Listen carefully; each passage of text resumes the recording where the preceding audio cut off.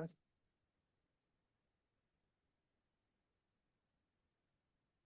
Good evening. The East Hempfield Township Board of Supervisors meeting is called to order. Tonight's meeting has been advertised and will be held in person and online using Zoom call-in information posted on our website. The video and audio is being recorded. Robert's Rules of Order will apply. In order to offer comment, you must be a resident or business owner in the township. Comments must be about the agenda item being discussed and are limited to 3 minutes.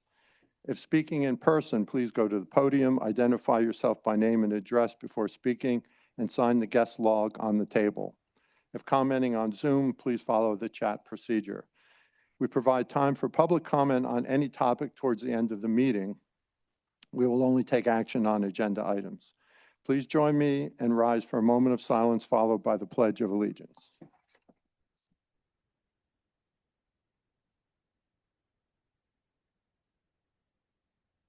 And now the pledge. I pledge allegiance to the flag of the United States of America and to the republic for which it stands, one nation, under God, indivisible, with liberty and justice for all. For everybody here, you see 3 supervisors. Darren Landis is a 4th, and he's online on Zoom. So he will be able to vote from Zoom. The first item on our agenda is our community interest topic. So once a month for the past 6 or 7 months, we've had someone from an organization come and speak to us on a topic of interest to East Hempfield Township residents. And since we have 3 new board members, it's a good way for them to become educated, as well as me and Mr. Bennett to become more educated on topics of interest to the community. So, Mr. Swinehart, Jeff Swinehart, would you like to begin?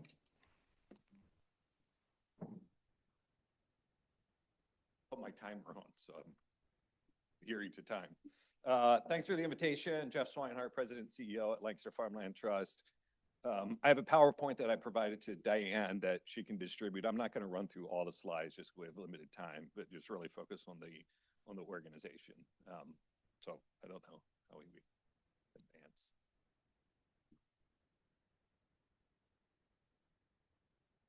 So who we are a 501c3 nonprofit based in Lancaster, our office in Strasburg. We're defined as a land trust. But our mission is to vigorously accelerate the permanent protection and stewardship of farmland. So we are a land trust that's out in the community preserving farmland. It's a voluntary program working with landowners who want to permanently place restrictions on their property to ensure their property remains open and available for agricultural use, and then does not get converted into, housing development, industrial use, commercial use, or whatever the case might be. We were founded back in 1988, so we're approaching 40 years at this point. So to date, we preserved 621 farms. It's over 38,300 acres throughout Lancaster County. About a dozen projects or so actually fall outside of Lancaster County there. So we do some work outside of the county in very limited scenarios. The one I'll reference is we've been doing work in Silver Spring Township in Cumberland County, where Silver Spring enacted through voter referendum essentially an open space fund that is funding the protection of land in their municipality. So it's a great way for the community really to advance one of the land use goals that they have in their township. So our work, you can really think about our work in 4 different pillars. I would say most people think about Lancaster Farmland Trust from our preservation work. And that's that work that I referenced where we're working with farm families who are voluntarily placing those restrictions on the property.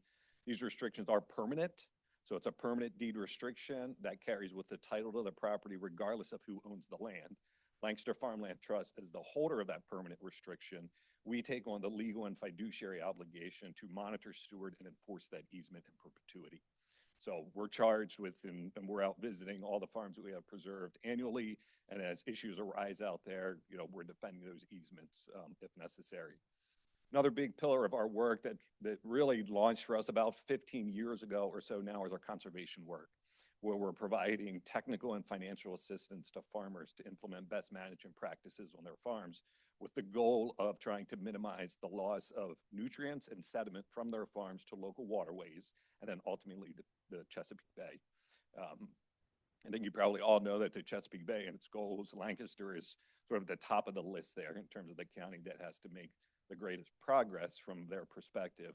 And 80% of that is supposed to happen in the agricultural sector. So we're working with farmers almost hand in glove now with our preservation work. To date, we've completed 67 of these conservation projects. We have about another 30 farms on a waiting list for those conservation projects. On the preservation space, we have 53 farms on a waiting list, totaling about 3,300 acres. Those are farm families that would like to see their farms permanently protected. The stewardship piece, as I referenced, that's that obligation that we have to be out there every year, monitoring those easements and enforcing those. And then obviously the connection piece is our work in the community to really build awareness about farmland preservation, about Lancaster Farmland Trust, but also greater awareness about agriculture and how agriculture impacts all of us on our daily lives and the quality of life we believe that we benefit from here in Lancaster County is really highly dependent upon the landscape that we have and the agricultural landscape that we have. So we do a lot of different events and things like that.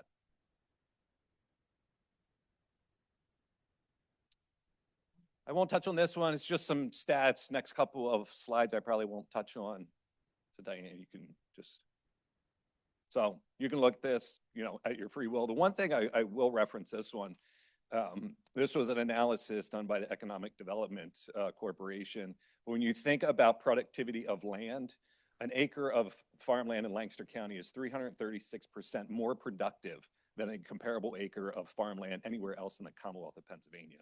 So when we think about where we're investing dollars to permanently protect farmland, doing that here in Lancaster County makes a lot of sense because the value achieved from that is so significantly higher. And when you look sort of outside of the Commonwealth of Pennsylvania, Pennsylvania is at the top of the list in comparison to other states. So what we have here in Lancaster County is really, you know, the cream of the crop in terms of quality and productivity of the land that we have. Okay. And Jeff, is that because of the quality of the soil, or is there more to it than that? Yeah, I mean, a lot of it is dependent upon the quality of the soil. You know, we're sitting on the most productive non-irrigated soils in the entire United States and arguably some of the best agricultural land in the world. So that's a big component of it. I would say the other component of that is the willingness of the farm families for generations who are willing to work that land, and the infrastructure that we have here in Lancaster to support our farmers in the overall agricultural industry is very, very strong and has influence beyond Lancaster County. You know, you can talk to farmers in New England region or throughout the Mid-Atlantic, and they're coming to Lancaster to source their needs in terms of services and products because their areas have lost so much farmland that the infrastructure to support farmers has vanished. We've had a lot of success in Lancaster County. Our work at Lancaster Farmland Trust, coupled with the Lancaster County Ag Preserve Board, which is the county state farmland preservation program, utilizing taxpayer dollars completely. Collectively, we've preserved over 1,600 farms in Lancaster County, over 126,000 acres. So it's great. Lancaster County leads the nation in farmland preservation. There's more farmland preserved in this county than any other county across the nation, which is wonderful, but there's still 300,000 acres of ag zone farmland across the county that's not permanently protected. And it sort of has a question mark of what happens to it in the future. I referenced we have 53 farms on our waiting list. The most recent ag census data from 2017 to 2022, Lancaster lost 3,000 acres of farmland every year, which equates to 8 acres per day, or comparable, it's like losing the size of Livingsboro twice in 1 year. So we're seeing farmland disappear in Lancaster County at a pretty rapid rate. And Jeff, they're on the waiting list awaiting resources to buy them, or is there other things? Yeah, no, it's like we're like many nonprofits, you know, lack of progress is pretty much resource driven. You know, the price tag on those 3 farms and that about 3,300 acres is about a $7 million price tag. So we're out there trying to raise those dollars to be able to advance those projects. So, but our easement is permanent, as you can see there. You know, there are some financial benefits to the farm family that decides to preserve. We're never paying 100% of what the appraised value of what their development rights are, and that's essentially what they're giving up. Today, we're compensating about 35% of that appraised value. So those farm families are really making a significant sacrifice in terms of making this decision because they're still removing that value from their property and they're not being compensated for it, which I always like to reference. I think it's really the commitment that our agricultural community, our farm families have to agriculture, to their land, that they're willing to make that level of sacrifice, especially in a place where our land is so productive.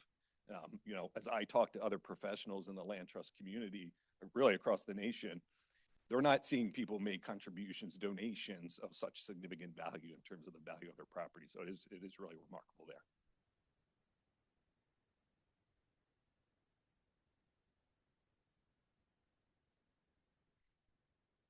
So here just states what our requirements are. I mean, generally 10 acres in size, farm zoned ag, outside of a designated growth area. So, we're sort of in lockstep with land use planning. We're not preserving farms that are zoned for residential development or farms that are inside of designated growth areas. We're not an anti-growth organization. Obviously, that growth is going to happen somewhere, and we think having it happen inside of those growth areas where the infrastructure exists to support that is really the most strategic way to do that. But it is a voluntary process, so we do a lot of outreach and communications. We host events for farmers. We do direct mailings to farmers, things of that nature, but it is voluntary on their basis. And then it's essentially a real estate transaction. So there's appraisals, there's boundary surveys, all those sort of things. And at the end of that process, they ink what's called a conservation easement that then gets recorded at the Lancaster County Recorder of Deeds. That gets attached to the title of their property. And then following that is really where the obligation of Lancaster Farmland Trust starts. We hold that easement. Now we have to monitor, steward, and defend that easement in perpetuity. Here is just a snapshot of how we evaluate properties. So, this is a very objective way of comparing one property to another where we're looking at characteristics of that property. This is just an indication to the Board of Trustees at Lancaster Farmland Trust about the quality of that one particular property. Since we're not paying 100% of the appraised value, how they score here is also associated with a payment range. And our maximum payment today that we'll pay is $2,000 per acre. Average value of development rights across the county, typically about $4,000 to $5,000 per acre, but land values are rising, and it's common now to see, development rights being appraised at $6,000 to $7,000 per acre.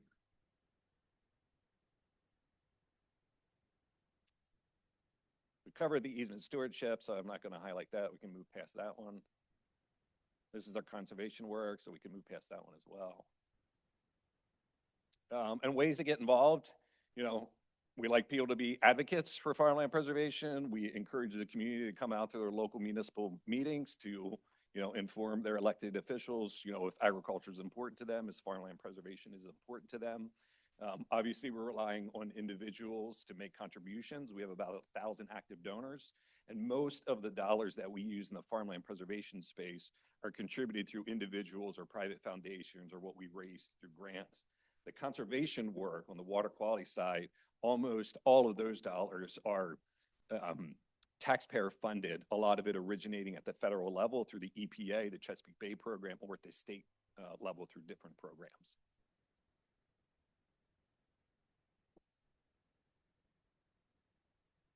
And then, ways to give. We have our monthly giving program, which is called the Coop. We partner with businesses and corporations that maybe have employee matching programs, things of that nature. We take gifts in all sorts of forms. So we have people, who are retirement age that are directing their minimum distributions to us or making gifts of appreciated stock, donor advised funds, things of that nature, events that we hold. And then we do have a planned giving program, which is called our Amos Funk Legacy Society, where people can name Lancaster Farmland Trust as a beneficiary of their estate. This just notes our upcoming events. And then these are different ways how you can connect with us. We're on all the social media platforms, our website, all those sort of things. I'll add, before we take questions, from a municipal perspective, there are some municipalities in Lancaster County that are supporting farmland preservation through various ways. Strasburg Township is an example. They take general operating dollars and allocate that for farmland preservation. Your neighboring municipality in West Hempfield Township has a TDR program which is generating dollars for farmland preservation. Carnarvon Township, as the host community for the Lanchester landfill, they take some of the dollars they receive, being the host community, and allocate that for farmland preservation. So there are ways that municipalities can become engaged there. Just this past Monday evening, I was with West Lampeter Township with their Board of Supervisors, and they're seriously considering having a ballot initiative, an open space referendum on the ballot in the future, where the voters can do an up or down approach to whether they want to see additional dollars directed to farmland preservation. So with that, I will stop and happy to take questions. I have a few questions, but I'll give someone else a chance. All right. Mr. Bennett? I'll start with me. Did I hear you say that there's 300,000 acres of farmland in Lancaster County Ag zone that's not preserved, that's not preserved? correct. How much is preserved in the county? A little over 126,000 acres. So about 1/3 of that amount is. Yeah, About preserved. 30%, it's about 32%, and Okay. it's about 34% of all the farms. And then let's take it down to the East Hempfield Township level. You have any idea how many acres of farmland we have in East Hempfield? I don't off the I top. don't of mean my- to put you on the spot. I don't. East Hempfield has had good success north of 283. The Ag Preserve Board holds a number of easements on properties there as well. And at LFT, we have a handful of farms that we have preserved in the township. And so it'd be a guess as to how much preserved farmland we have in the township. Oh, I would say you're probably at maybe 30%, So we're 32%. pretty consistent with. Yeah, I mean, I would say so. There's some municipalities that have, a lot. Raffo Township has a lot, but Raffo Right. Township's also a big township in comparison. Okay. Mr. Okay. Sturgis indicated it's about 30% of our ag zone property. Okay. Thank you. On a year-to-year basis, how much land's lost versus gain? Well- In Lancaster County, yes. Right. Well, we're not gaining any more land, but in comparison of what's getting preserved, last year we did a little over 1,000 acres. The Ag Preserve Board did about the same. So we're preserving 2,000 acres a year. We're losing 3,000 acres per year.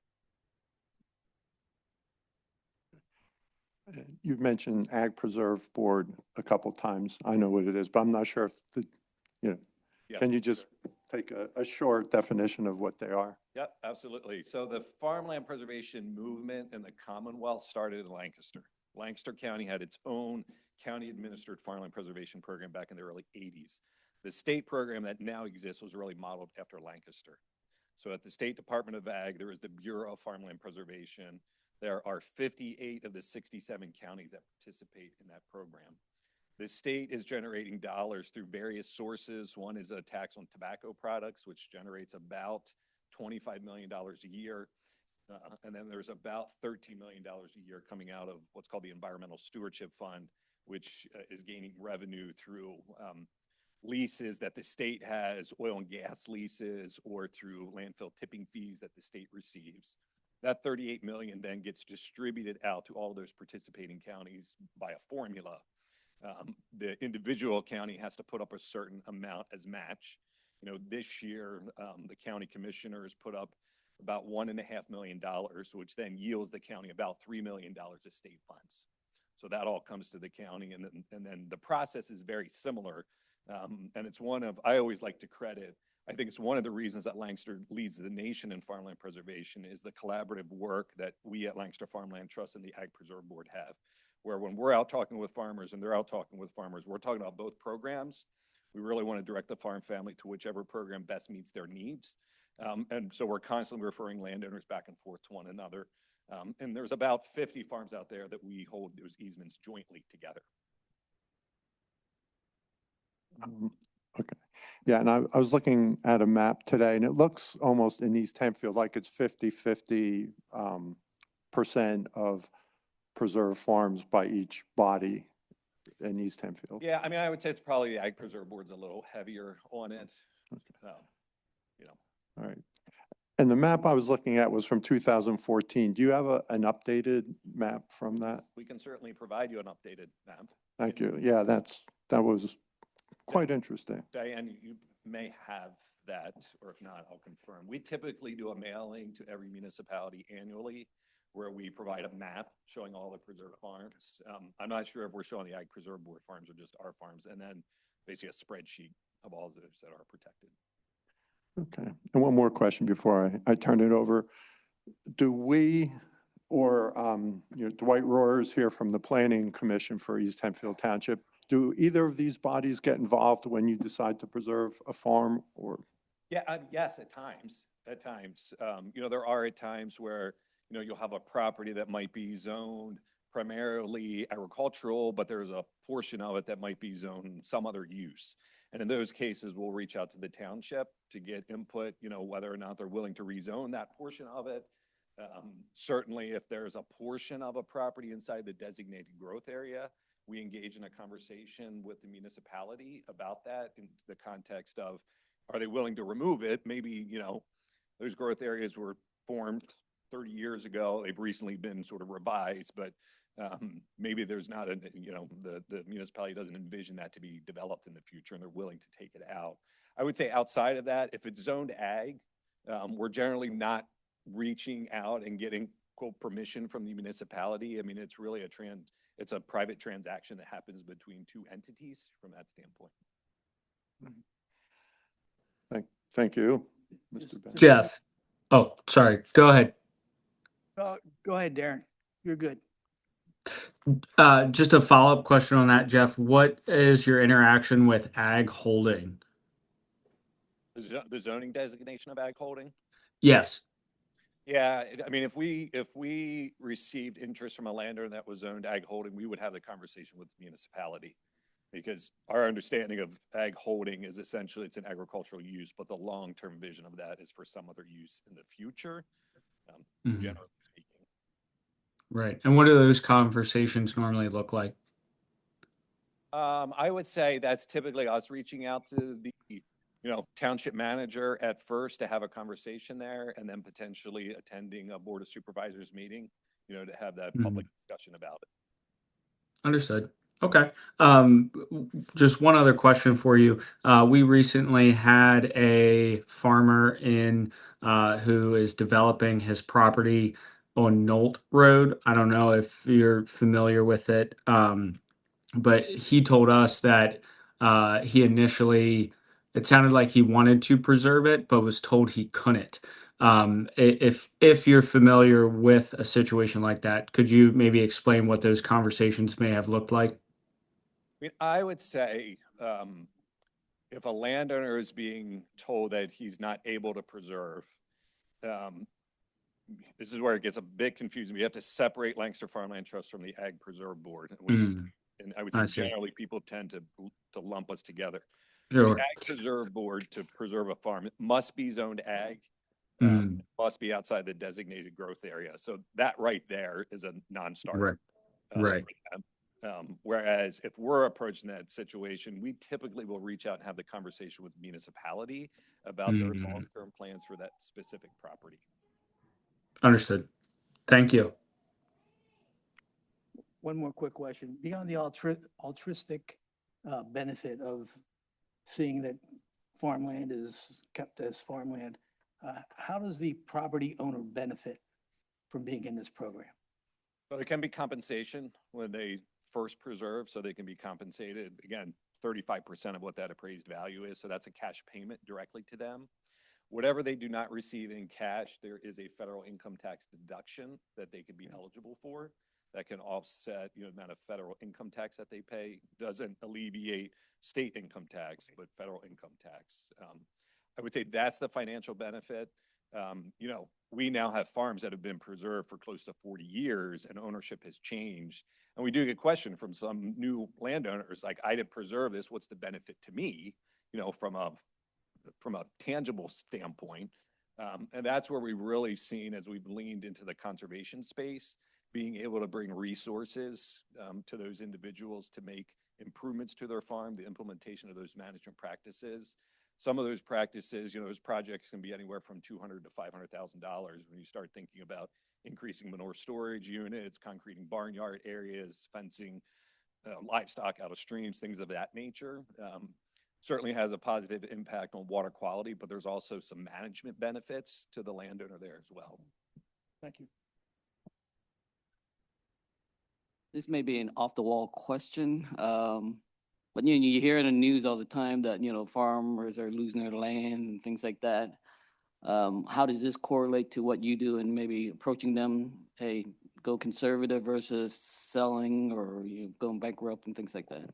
Yeah, I mean, again, it's why we're doing that outreach there to make landowners aware of what an alternative may be. There's also the aspect that, preserving your farm and the compensation is never going to compete with development. That's just the reality of it. So there is that financial decision point that the individual farm family needs to make. I would say also where I hear a lot about that is when, it's been a farm, but maybe it's been zoned residential for 30 years and now, it's going to be developed and, there's a lot of opposition to it, even though it's been zoned residential use for 30 years. And some of that, in my experience, has just been lack of community awareness, and lack of community engagement at the local level to really understand the comprehensive plan and the long-term land use plan associated with the township.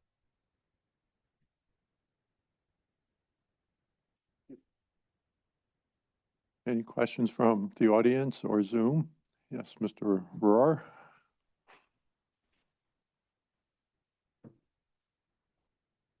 Thanks. I'm Dwight Rohr. I do serve on the Planning Commission, but I also own a farm in East Hempfield Township. So I maybe just add a couple things to what he said as a reference point for you. So there's one of probably the best soil, and I'm biased, in Lancaster County in Pennsylvania and probably the nation is the Duffield silt loam. And we've got a significant amount of land north of 283 that has Duffield silt loam. So it's easy farming, and it's produced for many years. We had several farmers that were competing in the state and national competitions for highest yield, and their farms in East Hempfield Township were consistently top 3, sometimes at the top. So that's as a farmer, that is really important to farmers to save that kind of quality soils. So I'll just emphasize this is volunteer, so the farmers don't have to do it. They're volunteering to do this. You ask about benefits. Many times they're doing it in the transition between generations. There is some tax benefits when they're doing that. So that's some of the benefits. And why I value the soils and the township's commitment that has had for many years now to not expand the urban growth boundary and keep the ag zone in the north part of the township. So I have several questions maybe for you. Yeah, sure. From my planning commission side. Absolutely. How does the easement impact road right-of-ways? And so I'll specifically think about Colebrook Road is getting to be a main north-south corridor for a lot of people going through our township. If we ever in the future needed to add a center lane or a traffic signal or a circle, how does the preserved lands along that impact the township's ability to Good question. to do that? Yeah, good question. Even though a farm is permanently protected, it still could be condemned. I mean, there's 2 implications that come to something that's permanently protected. That easement could be impacted by judicial proceedings. So court decides portion or entirety of an easement gets exhausted for whatever reason. Also, protected land still can be condemned. So it still could be condemned, and the municipality has that condemning authority to do that. What we generally see and what I'm hearing from you, Dwight, is public health and safety issues. And, improving an intersection where there's a lot of, deaths or traffic incidents or things of that nature.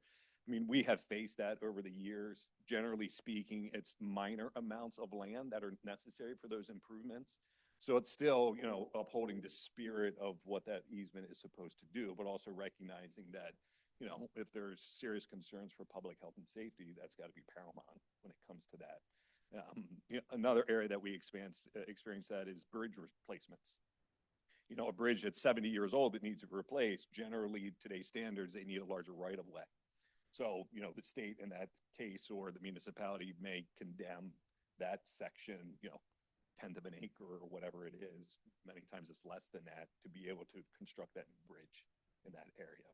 So we've never faced, a proposal where it's condemn an entire piece of property for some use.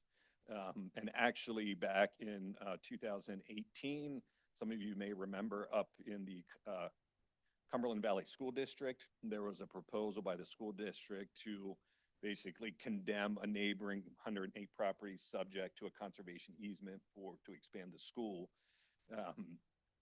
Ironically enough and surprisingly, and it's pretty remarkable, in the matter of, I think about 5 or 6 weeks, the General Assembly, there was a bill that was proposed, acted on the legislature and signed into law by the governor that actually provides even greater protection. So now if there's a condemnation being proposed by an entity with that power, they just can't exercise that power at their own will. They have to go in front of orphans court and get the blessing of the court to do that. So that affects municipalities, it affects school districts, general authorities, things of that nature. I would say the only entity that is not subject to that in the state's wisdom is the state itself. They kept themselves out of that. But so that was a move by the General Assembly and, signed into law, a good step in the right direction to really, solidify, permanent preservation of properties and ensure that they're not condemned sort of at will. But just, so we would have to condemn to take a more right of way. Yeah. It wouldn't, your board couldn't decide that and have to go through this. Yeah, and actually, and I say that's where there's some confusion. Sometimes there's, the belief that the Board of Lancaster Farmland Trust has the ability to terminate, extinguish a portion of an easement. The board actually does not have that ability because it's specified in the easement. The only way that can happen is through judicial proceedings or through a condemnation proceeding. Important to know. Then my next question was related to a request we had recently for a farmer that had 2 farms beside each other, and they wanted to move the lot line. So I think he was adding like 10 acres to one farm and taking 10 away from the other. Is that an option for the landowners? And what if one of them is preserved and the other is not? Well, I'll start with, if they're both preserved, and we've completed amendments to the easement. So, in that scenario, the impact to conservation value, and that's sort of the measurement that we have to analyze, is what's the impact to conservation value? Adjusting a lot line for 10 acres, but it's all still preserved, really has no impact to conservation value. If it's trying to add land to a neighboring property from a preserve farm, if that easement does not allow for the subdivision of the easement, even though it's a lot add-on, the easement views it as a subdivision of the easement. So if that's permitted within the easement, they could do that. And, a lot of our easements do allow for agricultural subdivisions depending upon the size of the farm. But if it doesn't allow for that, then that would not be possible.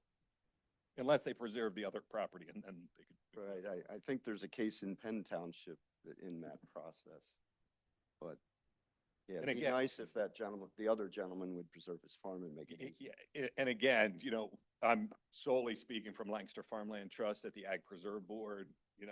I know there's been some changes with some modifications to that program to allow a bit more flexibility. I don't know exactly all the details in that scenario, if that would be permitted, but again, it's where there can be some confusion about, yes, the farmer's preserved, but who holds that easement? And then 2 final questions. One, we've been working really hard to connect our sidewalks and our trails and those type of things. There's one that sticks in my mind, and I guess it leads to my question. Can we have trails on preserved farmlands? So for example, we have a sidewalk that goes up Church Street, goes on to Landisville Road, crosses the bridge and stops. And then just less than a quarter mile is the beginning of the junction trail from that. So if the township ever wanted to connect that, and that's a preserved farm, could that happen? So this is where, again, separation there. At Lancaster Farmland Trust, I would say yes, our board would have to take action on that, but we can allow an easement over top of our easement. We have some discretion there in the context of a trail component. Assuming, again, it's not diminishing conservation value there, agricultural viability, those sort of pieces, we could allow that to happen. At the county state farmland preservation program, at the present time, it's not possible. There's a very strict, they will not allow another easement over top, and trails I know have been discussed for years, probably decades now at the state level in some areas, especially sort of southeast Pennsylvania, where you have some good trail networks and protected lands and trying to extend those. But at the present time, if it's a county state easement, it cannot allow easement for a trail to come across. And then one other question, we have a number of farmers that have bed and breakfasts and a couple of tourist houses. Are those allowable uses? I would say generally, yes. Some of it depends upon size and scope of it. And it's also important to know, in this business for now 40 years, the language of these easements have evolved over the years. So our older version easement can allow for a bed and breakfast use to happen. It's restricted to the farmhouse itself, the existing dwelling, so someone can't build something specifically for a bed and breakfast, as an example. I think of one up here on Gocklin Road that's got a summer house right beside it. Is that? Yeah, I mean, potentially, a lot of those, we have to see specific proposals and what that entails. But there can be some flexibility, maybe not in every case, depending upon what they're proposing.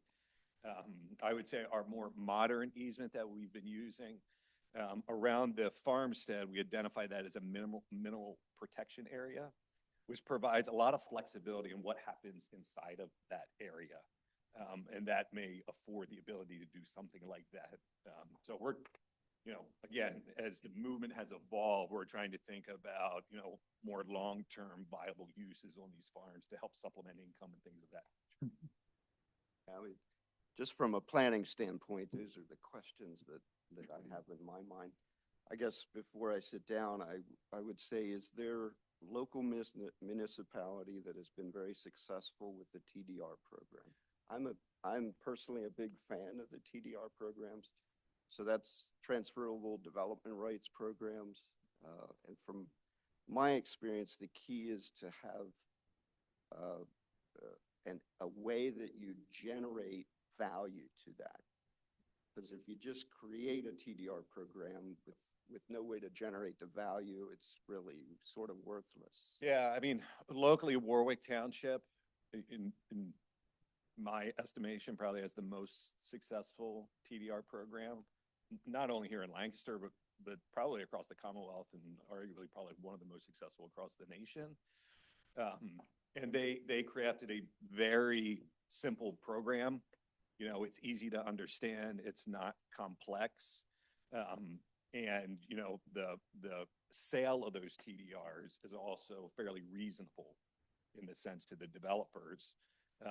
But the township had to be very forward-thinking when they started that program. I mean, they rezoned a parcel of land. The township actually invested township dollars into the infrastructure, the roads and the water and the sewer lines, to attract the type of development they were looking for. So that really set it into motion from that standpoint. Okay.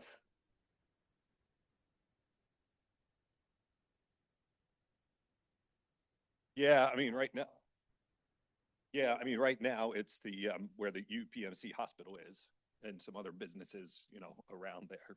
It's now evolved, it have transitioned into some residential, but initially started out as commercial industrial type uses. Okay. Yeah, I'd like to hear more, but I have a job here to do to keep the meeting moving. So, yeah, but it was very informative, Jeff. Thank you very much for coming. I learned a lot of stuff. I appreciate that Lancaster County and East Hempfield Township has the finest soil in the world. So, yeah, that's great to hear. And yeah, it is an incentive to keep it that way, right? Keep it available. So, Appreciate the opportunity. Thank you. yeah, Good job. thank you. Thank you. Yeah. I just embarrassed my brother-in-law. He's sitting next to Jeff. He was the treasurer of Lancaster Farmland Trust, and that's just a coincidence that my family member, worked in that area. So, all right. Next topic. Thanks again, Jeff. And you're welcome to stay and listen to, it's not a very long meeting after this, but you're welcome to stay or whatever you so choose.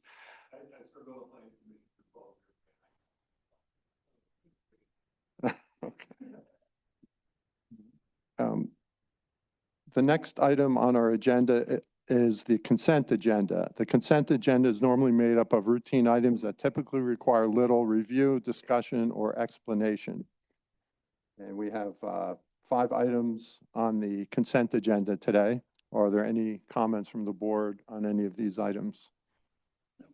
No No. comments. Review them all. All right, any from the audience or Zoom? Hearing none, is there a motion to approve the consent agenda as presented?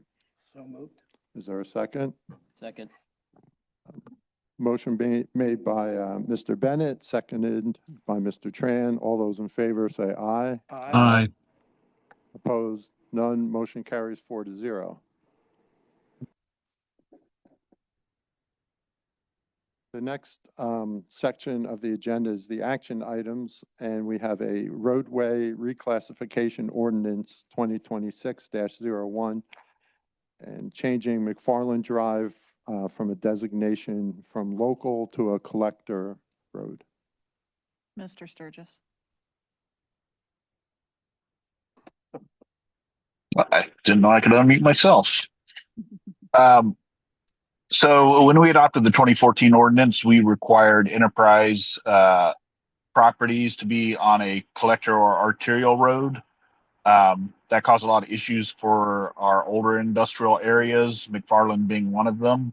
It meant that pretty much no one can do anything without going to get a variance or something like that.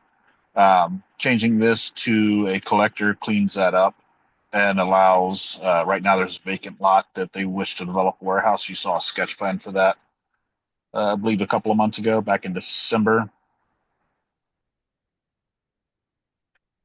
This is something we've done for other older enterprise areas like Richardson and Old Tree, I believe. All right. Thank you. Any comments or questions from the board? No. From the audience or Zoom? Hearing none, do I hear a motion to approve ordinance 2026-01 reclassifying McFarland Drive from local road to collector road? So moved. And do I hear a second? Second. Motion from Mr. Landis, second from Mr. Bennett. All those in favor say aye. Aye. Aye. Opposed? None. Motion carries 4-0. The next item on the agenda is the Lifeline Emergency Medical Services Agreement, a renewed agreement to provide EMS services to the residents of East Hempfield. So the township is required to provide emergency medical services to residents, visitors, and business owners in the township. The agreement that we currently have in place expires on July 31st. It is an agreement with Lifeline EMS, who took over the First Due area of Susquehanna Valley EMS when they dissolved about 5 years ago. So this agreement has been discussed and reviewed with Lifeline EMS staff. Keith McMinn and Dr. Nesbitt are here from Lifeline EMS if you have questions for them. But the agreement has been before our solicitor. It's been discussed by staff, and what you have before you is agreed upon by both Lifeline EMS, their legal counsel, staff, and our solicitor. This is an agreement that is 5 years in duration with then a clause to extend based on negotiations that might occur at that time.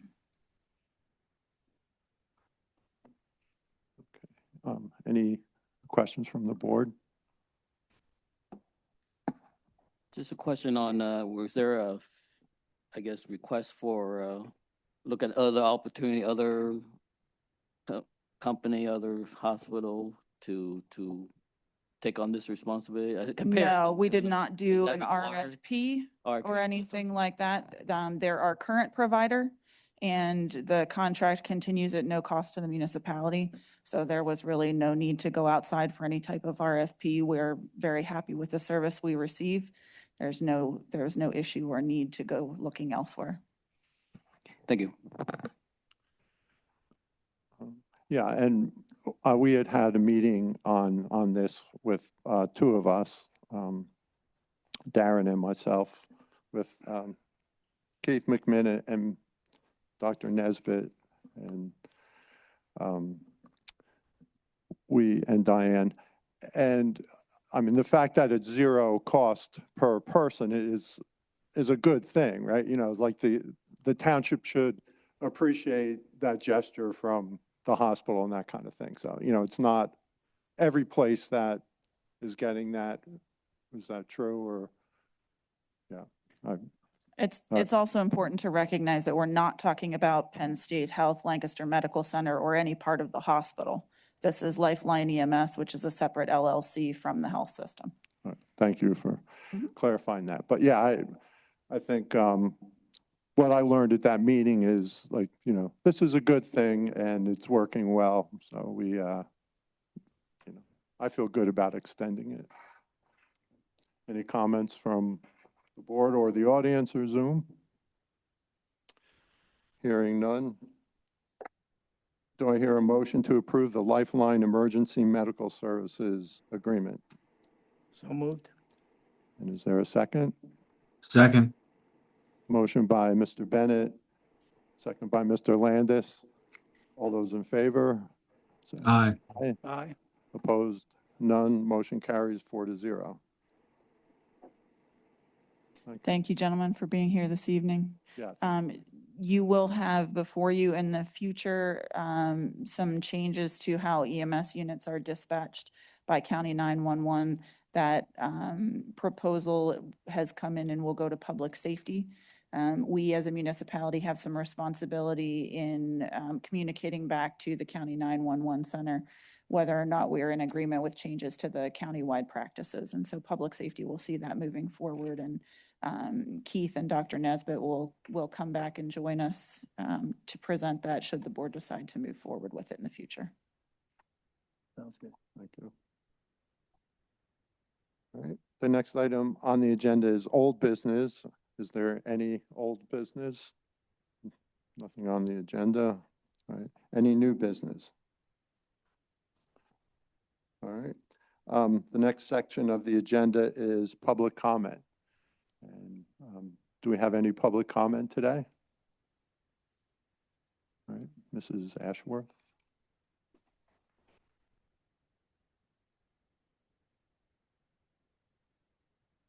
A neighbor just texted me and said she couldn't hear anything that was being said on Zoom. So I'm putting this close to my mouth. I'm just saying, sorry to blast you. I'm putting it close to my mouth on purpose. Pardon me. I'll try not to spit into the microphone. Good evening. I'm Kathy Ashworth. I've lived at Farmingdale Road since 1983. I'm a longtime advocate for minimizing the dangers of traffic from the crossings at Conestoga Creek upon the Farmingdale, Barcrest, and Gentry neighborhood. I come to you tonight to emphasize 5 items. In December 2007, this township entered into a legal agreement with High Industries and the Crossings, when it was signed by then Township Manager Bob Krimmel. The contract was approved by the Board of Supervisors at the conclusion of a public meeting in January of 2008, with the approval of the vast majority of the approximately 100 neighbors in attendance. This contract required East Hempfield Township to create a double cul-de-sac to close Farmingdale Road at the railroad tracks, allowing the larger neighborhood to be free of any deleterious effects from the proposed development. The J-turn, or the pork chop, that we now live with was the ultimate result of this agreement. It was the least intrusive way to prevent the streets of our neighborhood from becoming raceways and throughways for more than 1,000 cars daily coming from the crossings. Removal of this J-turn violates the agreement from 2008, which was made with all of your residents, and unless it is replaced with a cul-de-sac or with one-way traffic going north on Farmingdale toward Orville Road, you're violating that contract. Removing the J-turn removes the promise of safety that was granted to our neighborhood in 2007 and 2008. Number two, the agreement with High Industries required that a traffic light be placed at Good Drive and Orville Road. The PennDOT warrant for that light is largely dependent upon the southbound Farmingdale traffic being diverted by the J-turn onto Orville Road.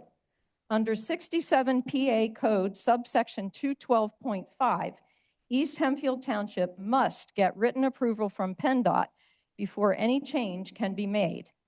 A new traffic study, a formal traffic study, must show that the traffic volume, the crash data, or the road conditions have changed since that warrant was given, and prove that the J-turn is no longer needed to justify that stoplight, or that the stoplight is no longer needed.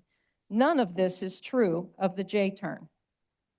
Number three, my neighbors and I are concerned that Supervisor Johnson's request to gather traffic information and measurements of the speed humps, about which he stated in the Board of Supervisors meeting on June 3rd, and I quote, "Just coincidentally, I actually had asked Chief Brubaker for a traffic study of that area," end quote, are in fact no coincidence at all. Since Mr. Johnson had already requested this data before Mr. Ken Ralph made his public comment at the June 3rd meeting, it is clear that Mr. Johnson and Ken have discussed this issue privately. Such back-channel conversations create the appearance of impropriety and undermine trust in the governing system. I therefore respectfully request that you, Mr. Johnson, recuse yourself from any and further involvement in the J-turn issue. Number four, at the Traffic Commission meeting last month, Mr. Bennett stated that Robert's Rules of Order are maintained in township proceedings. Thus, the J-turn issue should not be getting any attention. Robert's rules were used to develop what was called, quote, the final solution for our neighborhood after almost 20 years of work on this project by neighbors and by township officials. Township officials came and went, neighbors came and went. Simply because one person wants to make it an issue does not mean that that issue should be entertained once again. It has been voted on. It has been discussed. It has been voted on again and again, and a final resolution was made. That ends the process for this issue per Robert's rules. Item number 5. This whole matter can be summed up by Ken Ralph's comment to me in 2006, and I quote, "I have to drive to the post office every day, so I will never agree to any changes being made to Farmingdale Road, for that will be inconvenient," end quote. However, this neighborhood still chose safety over convenience in January 2008. Many supervisors have made it a safe place to be, and I urge you to please continue to put safety first. Thank you for listening to me. Thank you for hearing this issue, hearing me say the same things over and over and over again. I respect what you do. I'm grateful for what you do. Thank you. Thank you, Mrs. Ashworth, any other public comments?